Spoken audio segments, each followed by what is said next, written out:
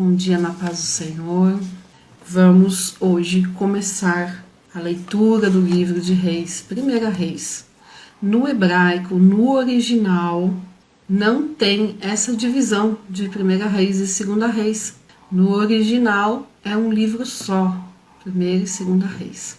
Sempre no Velho Testamento, quando nós encontrarmos primeiro e segundo livro, no original é um livro só.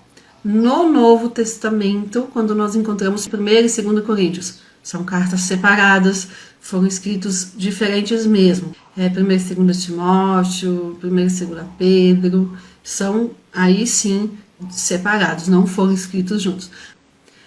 Então, o livro de 1 Reis e 2 Reis, eles são um livro só no original, e eles falam, o livro, fala então dos reis de Israel, mas ele vai tratar da divisão do reino.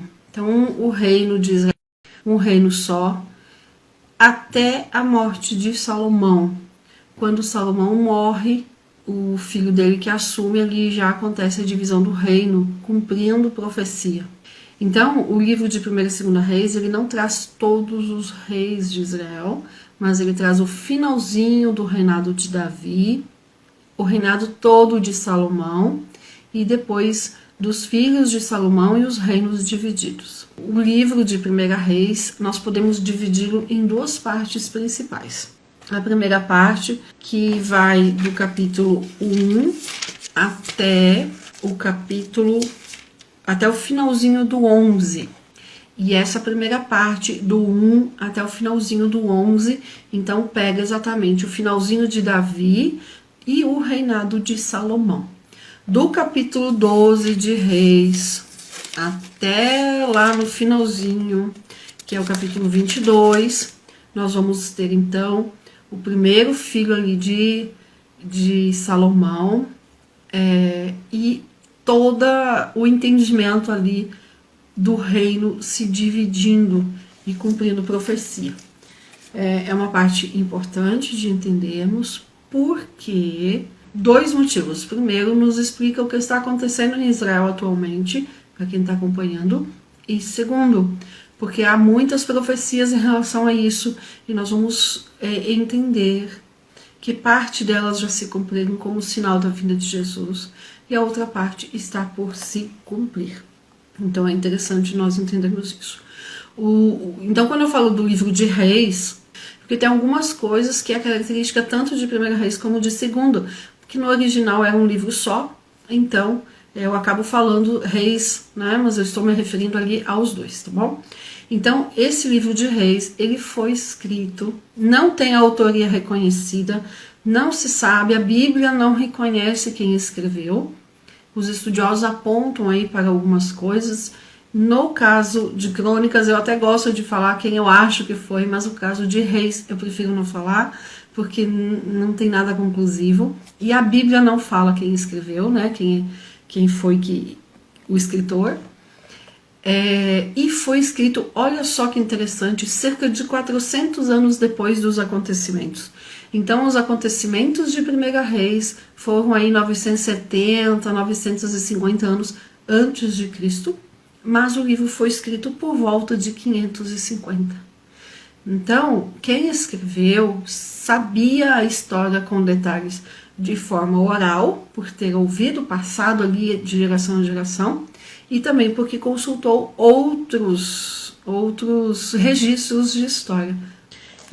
Então, não é um livro que foi escrito imediatamente enquanto a história estava acontecendo, mas foi um livro que foi escrito séculos depois. O livro cobre aí, um tempo longo de história. Nós vamos começar vendo aí, então, os primeiros 40 anos da história, que é o reinado de Salomão. Então, a primeira parte dele pega ali o finalzinho de Davi, o reinado de Salomão, e a segunda parte, que é a partir do capítulo 12, vai pegar então o reino dividido. Essa primeira parte, que vai até a morte de Salomão, o final de Davi e Salomão inteiro.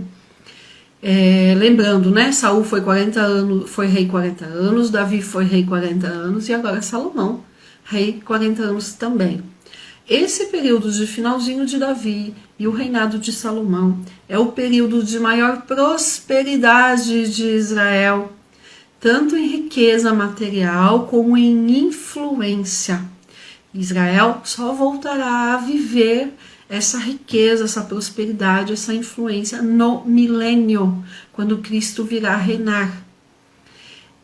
Hoje Israel já tem uma influência muito grande. Veja, o país Israel, a nação Israel hoje, ela é menor do que a cidade de São Paulo, tanto em população e em tamanho. E hoje, mesmo sendo pequena e sendo pouca gente em relação a São Paulo mesmo, Israel consegue ter influência no mundo inteiro. A pesquisa médica, a pesquisa científica, a parte de tecnologia de informação, armamentos, tudo isso Israel é considerada líder mundial. Então, avançou muito na ciência, no conhecimento das coisas. E Israel influencia o mundo inteiro.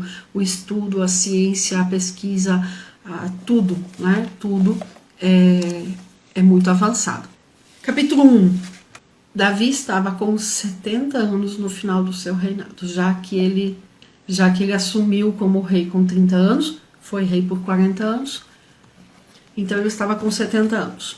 Os 70 anos de Davi, certamente que se tornam muito diferentes de 70 anos de uma outra pessoa vivendo na mesma época que ele. Por quê? Porque Davi passou grande parte da sua vida, foram 12 a 15 anos, primeiro, fugindo de Saul. Então ele era um jovenzinho, aí com seus 17, 18 anos, e que passou a sua juventude fugindo de Saul. Como foram as fugas de Davi? Em cavernas, em deserto, se fingindo de louco, vivendo sem rumo, vivendo sem raiz. E isso, gente, envelhece a pessoa, cansa, adoece. Quantos salmos que nós lemos de Davi, dele falando que estava doente, que estava ali com dor, que estava sofrendo, que estava à beira da morte. Essa foi a vida de Davi, uma vida difícil nesse aspecto. Depois, como rei, ele passou quase 40 anos, aí foram 30 e poucos anos, de guerras. Todo ano, muitas guerras. E Davi era um rei guerreiro. Então, quando ele chega aos 70 anos, ele chega ali velho, no sentido de acabado, no sentido de sofrido, no sentido de não estar bem. Então ele se encontra realmente muito cansado, esgotado, gasto, essa é a palavra. Só para a gente ter ideia aí, porque se pegarmos uma pessoa da mesma época que ele, que viveu, entre aspas, normalmente em Israel, vai ter um estado físico, uma saúde diferente de Davi. Porque a pessoa passou a vida ali, morando em sua cidade, em sua casa, com sua família. E Davi passou todas as aflições de uma vida de fugindo e uma vida de guerreiro. Então, 1 Reis 1:1, nós vemos o seguinte: sendo, pois, o rei Davi já velho e entrado em dias, cobriam-no de vestes, porém ele não aquecia. Ou seja, o corpo dele não sustentava mais a temperatura normal. Aí olha só, o 2. Então disseram-lhe os seus servos: busquem para o rei nosso senhor uma moça virgem que esteja perante o rei e tenha cuidado dele e durma no seu seio, para que o rei nosso senhor aqueça.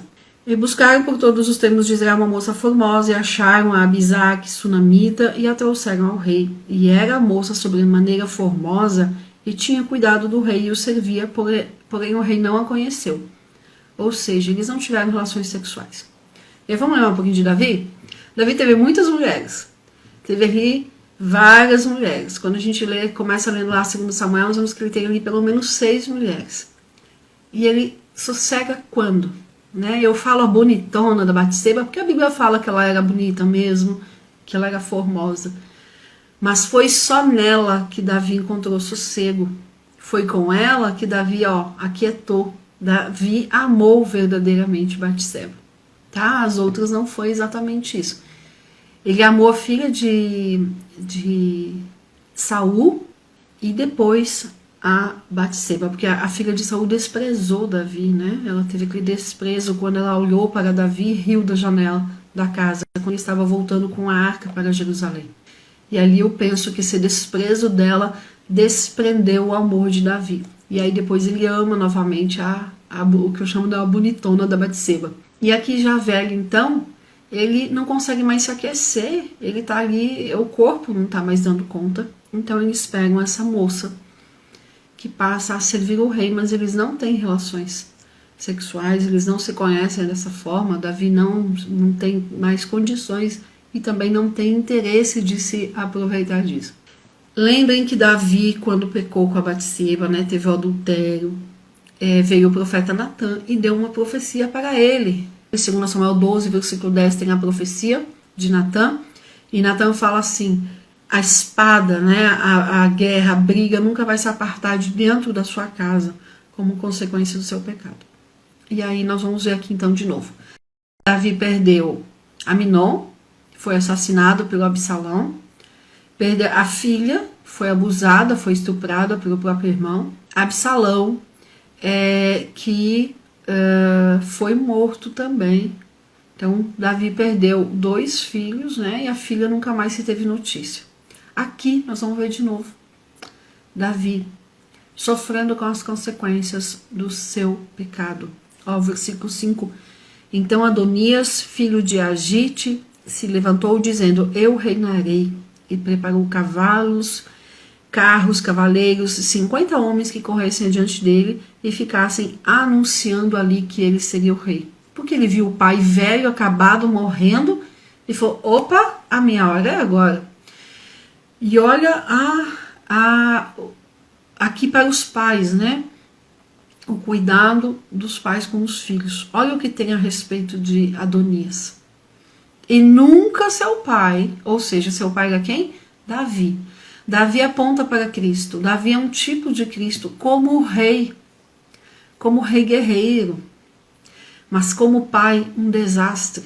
Quanta coisa a gente já viu de Davi. E aqui de novo, antes da sua morte, olha só. E nunca seu pai o tinha contrariado, dizendo: por que fizeste assim? E era ele também muito formoso de aparência. E Agite, que é outra mulher, né, o tivera depois de Absalão. Então, olha só.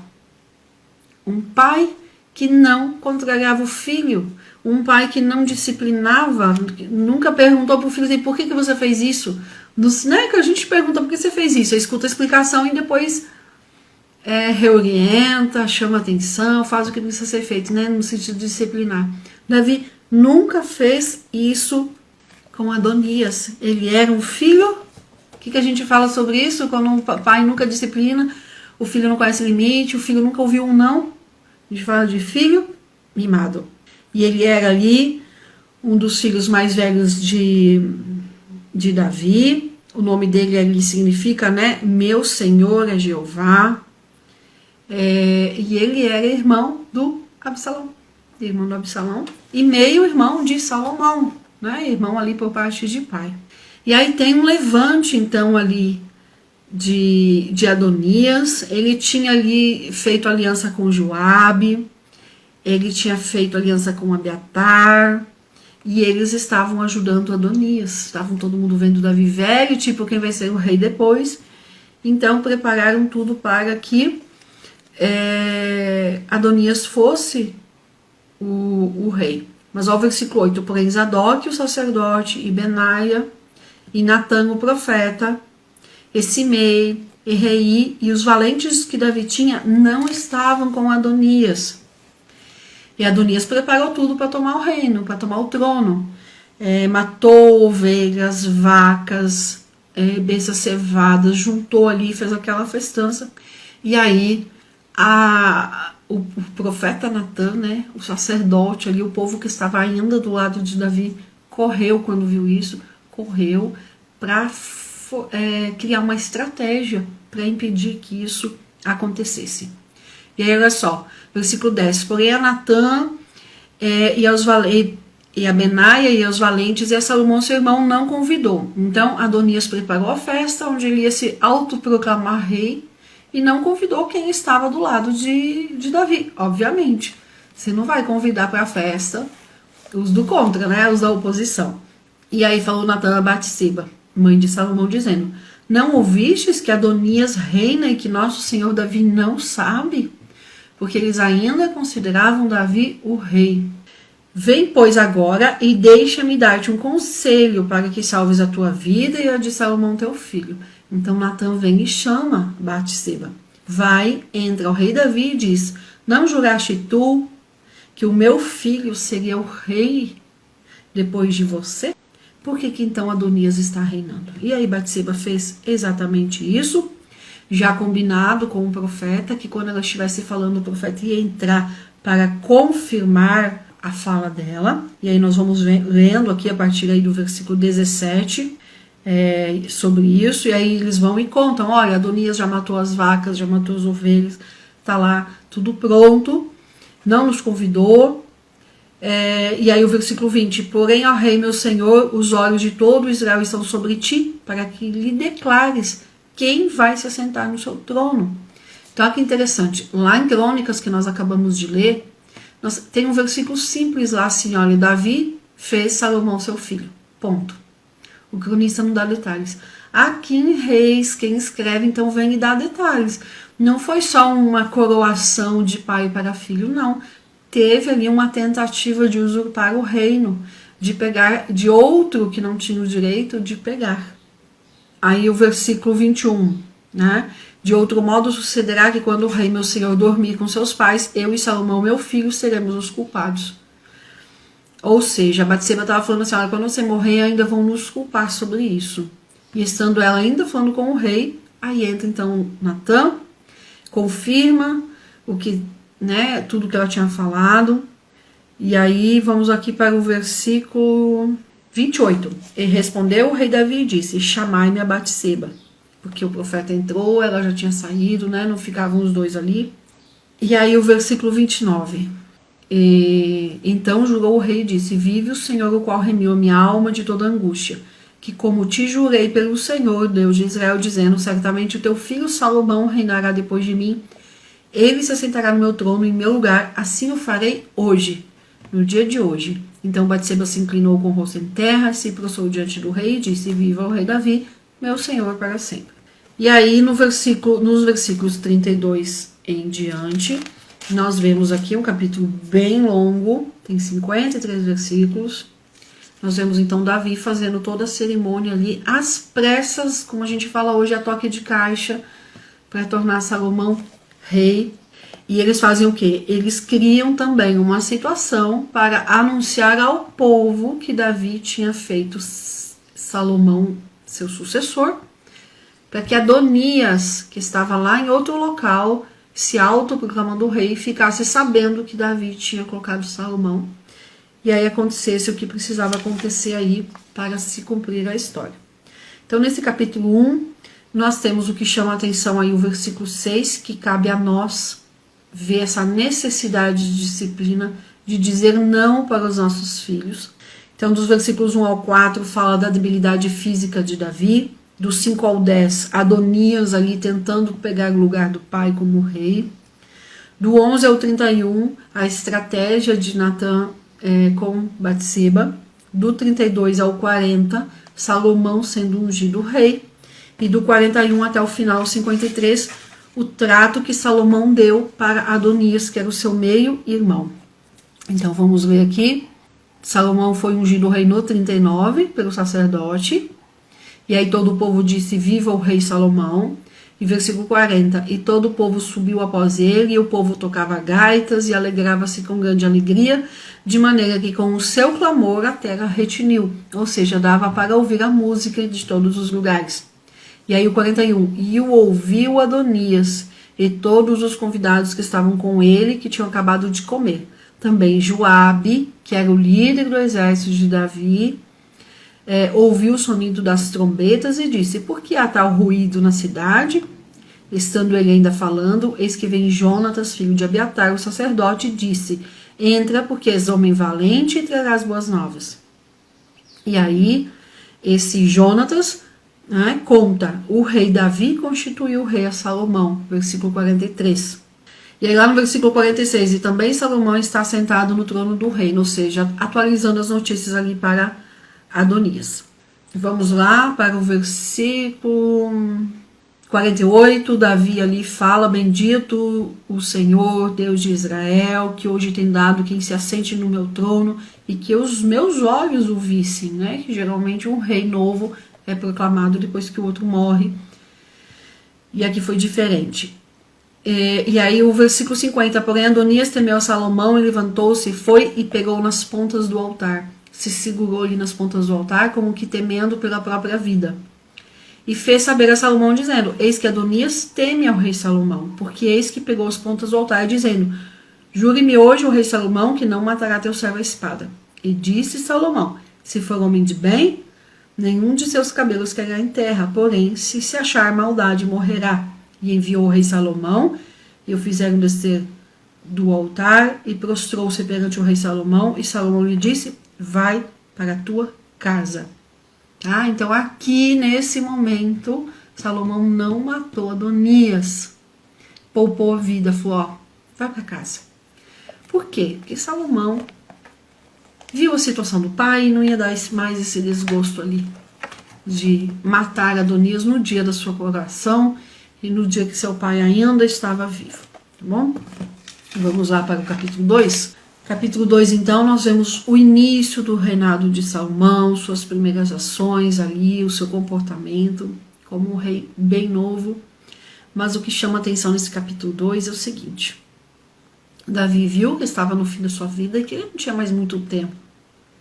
Ele já havia ensinado e falado bastante com Salomão sobre o que Salomão faz, sobre o que ele deveria fazer, como ele deveria fazer. De todos os filhos de Davi, Salomão foi aquele que mais aprendeu e mais passou tempo ali com o pai. Certamente porque Davi sabia que Salomão seria o seu sucessor. Então nós temos nesse capítulo 2, do 1 ao 11, o finzinho do reinado de Davi. Do 12 ao 25, o início do reinado de Salomão. Do 26 ao 34, as tratativas de Salomão para com aqueles que estavam do lado de Adonias. E do 35 ao 46, o primeiro decreto ali de Salomão, e um decreto dirigido a Simei. O que eu quero chamar a atenção aqui? Davi falando aqui, né? Aproximaram-se os dias da morte de Davi, e deu ele ordem a Salomão, seu filho, dizendo: eu vou pelo caminho de toda a terra. Esforça-te, pois, e ser um homem, e guarda a observância do Senhor teu Deus. Então aqui as orientações de um pai para seu filho. Aqui foi na velhice, mas Davi já tinha falado isso para Salomão em outros tempos. E a nossa meta, como mães, como pais, deve ser de dar essa instrução para os nossos filhos, mas não esperar o fim da vida, porque nós não sabemos quando vai ser o nosso último dia. Então é algo que nós precisamos fazer de forma constante. O versículo 3. E guarda a observância do Senhor teu Deus, para andar nos caminhos de Deus, para guardar os seus estatutos, os seus mandamentos, seus juízos, os seus testemunhos, como está escrito na lei de Moisés, para que prospere em tudo quanto fizeres, para onde quer que te voltares, e para que o Senhor confirme em você a palavra que ele falou a mim. Quero trazer só um verbo aqui rapidinho do que significa aqui esse guardar. Sempre na Bíblia, quando nós lemos guardar, é o guardar no sentido de conhecer e praticar, conhecer e viver. Então, sempre em toda a Bíblia, quando nós encontrarmos assim, guarda a tua palavra, guarda a minha palavra, não é no sentido de pegar, colocar numa caixinha e guardar, né? Umas caixinhas que eu tenho aqui em cima. Não é nesse sentido, né? Como se fosse um tesouro para ficar lá escondido. O guardar a palavra de Deus é conhecer como um bem precioso e praticar e viver. E é essa palavra que Davi traz ao seu filho Salomão. E a segunda coisa aí são as orientações que Davi traz para Salomão, aqui nessa primeira parte aqui que vai até o 11, sobre o que Salomão deveria fazer no seu reinado e como ele deveria tratar aqueles que estiveram do lado de Adonias, ou seja, que quase traíram Davi aqui novamente. Olha que o versículo 5, Davi fala assim: e também tu sabes o que me fez Joabe, e o que fez aos 2 chefes do exército de Israel, a Abner e a Amasa, os quais matou e em paz derramou o sangue de guerra. Então assim, você sabe. Faze, pois, segundo a tua sabedoria, e não permitas que suas cãs desçam a sepultura em paz. Ou seja, Salomão, faz de acordo com a sabedoria que você já tem. Age e cuida. No versículo 7, porém, com os filhos de Barzilai usarás de beneficência, e estarão entre os que comem a sua mesa, porque eles se achegaram a mim, foram meus companheiros quando eu fugia por causa de Absalão. Versículo 8, eis que também contigo está Simei, filho de Gera, filho de Benjamim, que me maldisse com maldição atroz. Porém ele saiu encontrar-se comigo junto ao Jordão, e eu pelo Senhor lhe jurei, dizendo que não o mataria à espada. Esse Simei aqui é aquele que quando Davi estava fugindo de Absalão lá em Jerusalém, fugindo a pé, Simei foi indo ao lado, acompanhando Davi, jogando pedras e chamando Davi de cachorro, dizendo que Davi devia morrer mesmo, e fazendo ali uma série de maldições para Davi. E aí Davi fala: não o tenhas por inculpável, pois é homem sábio, e bem saberás o que lhes há de fazer, para que faças com que as suas cãs desçam a sepultura com sangue, ou seja, agora sim se pode tratá-lo. E o finalzinho, e Davi dormiu com seus pais e foi sepultado na cidade de Davi. E foram os dias que Davi reinou sobre Israel 40 anos, sendo 7 anos em Hebrom, e em Jerusalém reinou 33 anos. E assim acaba então a história de Davi aqui. E Salomão se assentou no trono de Davi seu pai, e o seu reino se fortificou sobremaneira. Então nós vimos aqui o fim do reinado de Davi. Davi ficou então ali 40 anos e morreu. E aí Salomão então se assenta no trono de Davi seu pai, e o seu reino se fortificou sobremaneira. Lembrando que Deus fez uma promessa, em 2 Samuel 7, que nós temos, né? Deus falando com Davi sobre a construção do templo e dizendo que vai colocar um rei ali, o que vai substituir Davi. Olha só o versículo 12. Quando teus dias forem completos e vieres a dormir com teus pais, ou seja, versículo 12 de 2 Samuel 7, ele se cumpre aqui em 1 Reis 1 e 11, tá? Então farei levantar depois de ti a tua semente, que procederá de ti, e estabelecerei o seu reino.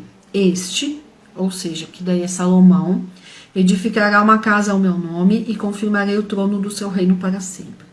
E eu lhe serei por pai, e ele me será por filho, e se vier a transgredir, castigá-lo-ei com vara de homens e com açoites de filhos de homens. Mas a minha benignidade se não apartará dele. Versículo 16. Porém a tua casa e o teu reino serão firmados para sempre diante de ti. Teu trono será firme para sempre.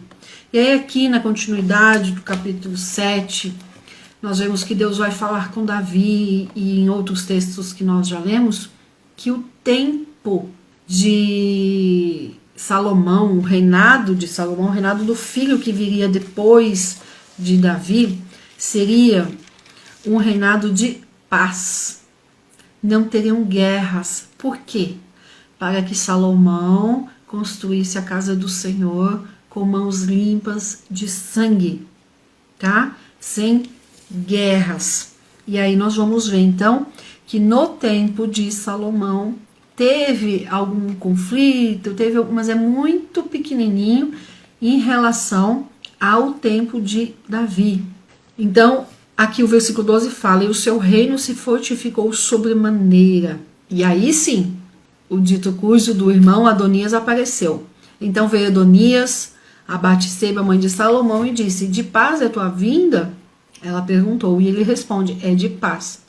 Então disse ele: uma palavra tenho que dizer. E ela disse: fala. Olha só, ao invés dele procurar diretamente o rei Salomão, que era o irmão dele, ele procurou a mãe do rei, a rainha, e disse: bem sabes que o reino era meu, e todo Israel tinha posto a vista em mim, para que eu viesse a reinar, ainda que o reino se transferiu e veio a ser de meu irmão, porque foi feito seu pelo Senhor. Assim, Agora, uma só petição te faço, não me rejeites. E ela disse, fala que eu vou ouvir. Peço-te que fales ao rei Salomão que me dê por mulher a Abisag, a sunamita. Aí continua a confusão.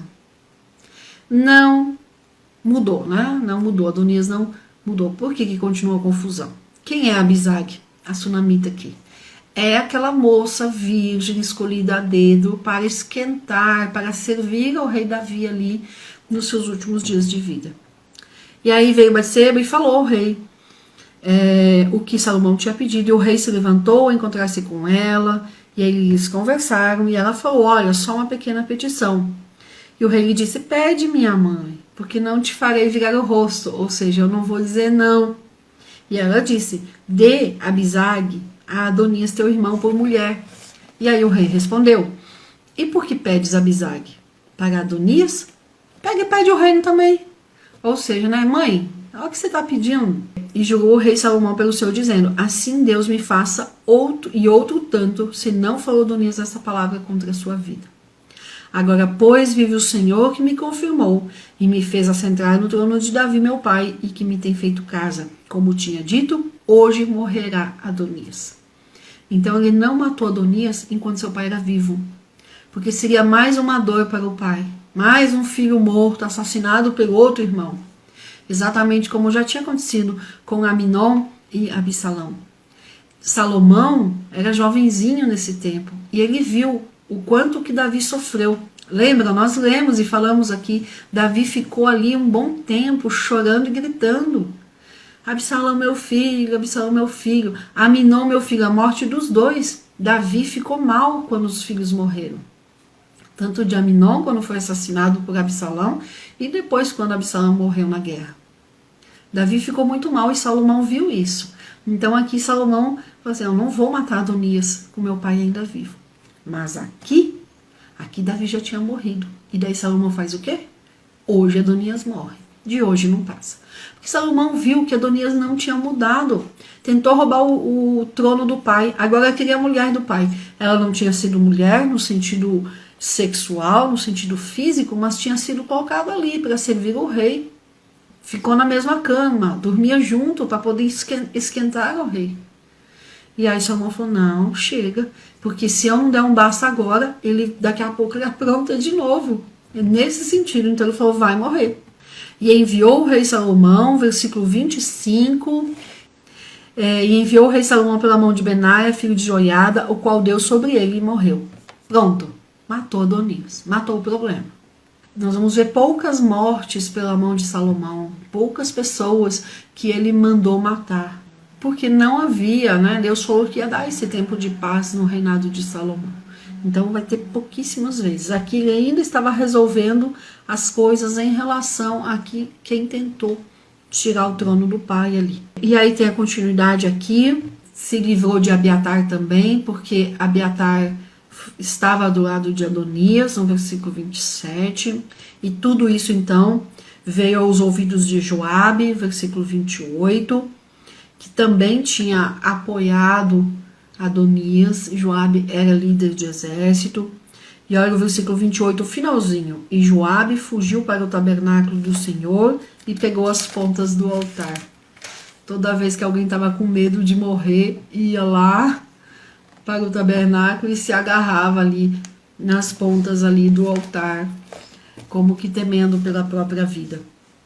E aí o 29, disseram ao rei Salomão que Joabe tinha fugido para o tabernáculo e estava junto ao altar. E aí Salomão manda, né, o Benaia, vai e dá sobre ele, ou seja, vai lá e mata. E foi Benaia ao tabernáculo do Senhor e lhe disse, assim diz o rei, sai daí. Não. Joabe respondeu, não, daqui eu não vou sair não. E Benaia tornou com a resposta ao rei, dizendo, assim falou Joabe e assim me respondeu. E disse o rei, vai, faz como ele disse, dá sobre ele. Mata, onde ele estiver, e sepulta-o para que tires de mim da casa de meu pai o sangue que Joabe sem causa derramou. Não sei quem vai lembrar, mas Joabe matou ali, o irmão dele foi morto em guerra, sem necessidade. E aí a pessoa que matou o irmão dele, um dia ali Joabe prepara uma fala ali, fala, vem que o rei te chamou, só que o rei não tinha chamado, e Joabe vai e mata ali perto ali do muro. E Davi fica muito consternado na época e guardou isso. E aqui antes de morrer ele fala para Salomão, olha, Joabe foi um excelente líder de exército, mas ele matou sem razão. E ele precisa pagar por isso. E aqui então Salomão faz isso, manda matar. Assim o Senhor fará recair o sangue dele sobre a sua cabeça, porque deu sobre 2 homens mais justos e melhores do que ele, e os matou à espada, sem que Davi, meu pai, o soubesse, a saber, a Abner, que foi que matou o irmão dele, e a Amasa, filho de Jéter. Assim recairá o sangue desse sobre a cabeça de Joabe, sobre a cabeça da sua semente para sempre. Mas a Davi, a sua semente, e a sua casa, e o seu trono dará o Senhor paz para todo o sempre. E aí isso aconteceu. E ainda tem o Simei, que ficou chamando Davi de cachorro morto, ficou amaldiçoando. E aí nós vamos ver aqui então, no versículo 36, enviou o rei, chamou Simei e disse-lhe, edifica-te uma casa em Jerusalém e habita aí, e daí não saias, nem para uma, nem para outra parte. Porque há de ser que no dia em que você sair e passar o ribeiro de Cedrão, vai morrer. No momento em que você sair da sua casa, sair de Jerusalém. Então, Salomão decretou aqui um decreto de morte para Simei. Se ele saísse dali, ou seja, ele estava em prisão domiciliar. Ele não podia. E aí Simei fala, boa é essa palavra, como tem dito o rei meu senhor, assim eu vou fazer. E Simei habitou em Jerusalém muitos dias. Depois de 3 anos, como todo bom preso domiciliar, não aguentou, 2 servos de Simei fugiram para Aquis e deram parte a Simei dizendo, eis que os seus servos fugiram, foram para Gate, 3 anos. Porque se Simei não podia sair dali da casa, nem os seus servos podiam também. E esses servos, eles não pediram para sair, eles fugiram. E aí, versículo 40, então Simei se levantou, albardou o seu jumento e foi a Gate para buscar os servos. E aí disseram a Salomão que Simei tinha saído de Jerusalém e da Gate e voltado. E aí enviou o rei, chamou Simei e disse, eu não te falei que se você saísse você ia morrer? Então, você respondeu, boa era essa palavra, então por que você saiu? Por que você não guardou esse juramento? Está ali no versículo 43. E disse o rei a Simei, bem sabes tu toda a maldade que o teu coração fez a Davi, o meu pai. Aquelas maldições, aqueles xingamentos. Pelo que o Senhor fez recair a tua maldade sobre a tua cabeça. Mas o rei Salomão será abençoado e o trono de Davi será confirmado perante o Senhor para sempre. E o rei mandou a Benaia, filho de Joiada, matar Simei. Assim foi confirmado o reino na mão de Salomão. Ou seja, ele precisava, não importa que Simei foi e voltou para Jerusalém. Não, ele foi que se saísse de lá, ia morrer. E ele cumpriu isso. E assim nós terminamos esse capítulo 2. Gente, o livro de Reis, as pessoas olham como chato, porque tem história, tem esses detalhes, mas tem tantos princípios sobre ele. Vamos lá para o Salmo 37. Então, o Salmo 37 é um salmo de Davi e fala sobre não invejar os ímpios. Por quê? Porque no longo prazo, as coisas dos ímpios, aquilo que nós olhamos para eles e invejamos muitas vezes, são coisas passageiras e vãs, são coisas que não duram, e aí são coisas que não levam para a eternidade. Então o salmista fala, olha, não fica invejando os ímpios não, porque não vale a pena. Então o Salmo 37 é um salmo que tem conselhos para a felicidade. Conselhos para nós termos uma vida feliz, sem precisar invejar os ímpios. Então, do 1 ao 8 fala sobre isso, não inveje os ímpios. Do 9 ao 17, o futuro dos ímpios, o que os ímpios vão colher com a vida que eles levam.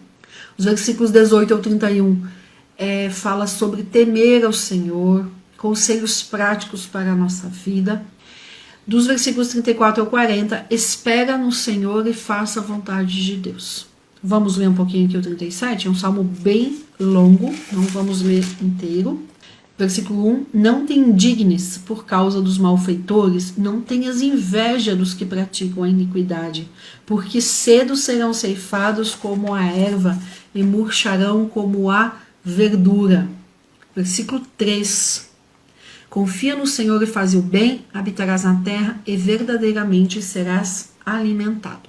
Então vamos aos princípios que estão aqui. Versículo 3, eu costumo sublinhar o ponto principal, porque aí quando eu ler de novo, eu lembro desses princípios. Então, versículo 3, confia no Senhor. Aí tem, né? E faz o bem, habitarás na terra e verdadeiramente serás alimentado. O 4, deleita-te no Senhor. O que é esse deleita-te? É se alegre, seja feliz, sirva ao Senhor com alegria no coração. Então, primeiro princípio, confia no Senhor. Segundo, deleita-te no Senhor. Terceiro, entrega o teu caminho ao Senhor. Confia nele e ele tudo fará. O versículo 7 tem o quarto princípio. Descansa no Senhor e espera nele. Confiar em Deus significa o quê? Entregar para Deus o controle. E esse é o maior problema que nós temos. Nós queremos controlar todas as coisas. Então, esse confiar no Senhor é entregar o controle das coisas para o Senhor. Então, esse confiar é no sentido de entregar o controle para o Senhor. E aí pensa na sua vida, leia o Salmo 37, pensa o quanto que você ainda, o quanto que eu ainda tento controlar as coisas, querer segurar as coisas, o quanto que nós precisamos aprender a parar de querer controlar todas as coisas. Então, confiar no Senhor não é só entregar tudo para o Senhor, mas é não querer mais controlar as coisas na minha vida ou na vida daqueles que me cercam. Então, é confia, deleite, entrega e descanse. Espere em Deus, que é Deus quem dá as coisas, quem controla, quem cuida e quem faz as coisas acontecer. O Salmo 37 é um salmo muito rico, tem muita coisa aqui, mas eu destaco então esses 4 princípios aqui que dá para aprender e viver muito bem. O Salmo 37 é um salmo de conselhos para nós sermos felizes, felicidade verdadeira, felicidade que vem de Deus. O versículo 34, espera no Senhor e guarda o seu caminho e te exaltará para herdares a terra. Tu o verás quando os ímpios forem desarraigados. Versículo 39, mas a salvação dos justos vem do Senhor, ele é a sua fortaleza no tempo da angústia. E o Senhor os ajudará e os livrará. Ele os livrará dos ímpios e os salvará, porquanto confiam nele. Então, confiar em Deus é o segredo. E confiar em Deus tem a ver com não querer controlar as coisas. É esperar em Deus todas as coisas. E aí vamos para o Salmo 71. Será que vai dar tempo, gente? Vai, né? Salmo 71 é um salmo de Davi também. Folheia sua Bíblia aí, vai para o Salmo 71. É um salmo de oração, onde Davi pede livramento dos seus inimigos e fala da sua confiança de que Deus é a única esperança que nós temos, a única esperança que ele tem.